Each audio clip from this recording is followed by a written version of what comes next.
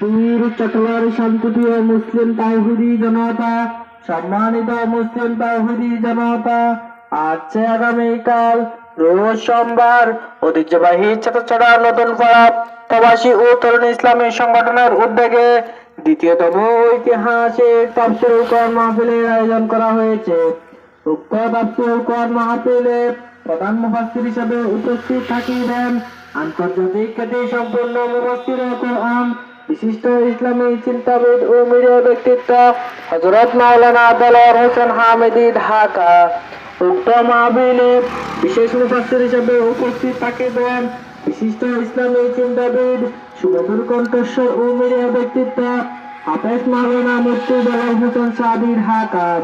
উক্ত মাহফিলে প্রধান অতিথি হিসেবে উপস্থিত থাকিবেন করিমপুরের কৃতি সন্তান জনাব মোহাম্মদ নুরুল আফসার কোম্পানি সাহেব। উক্ত মাহফিলে প্রধান মেহমান হিসেবে উপস্থিত থাকিবেন বুসপুর থানা যুবদলের সদস্য সচিব জনাব মোহাম্মদ শহীদুল ইসলাম শহীদ সাহেব। উক্ত মাহফিলে উদ্বোধক হিসেবে উপস্থিত থাকিবেন জনাব মোহাম্মদ ডাক্তার ইব্রাহিম সাহেব। উক্ত মাহফিলে সভাপতিত্ব করবেন জনাব সোয়ার আহমদ সওদাগর সাহেব।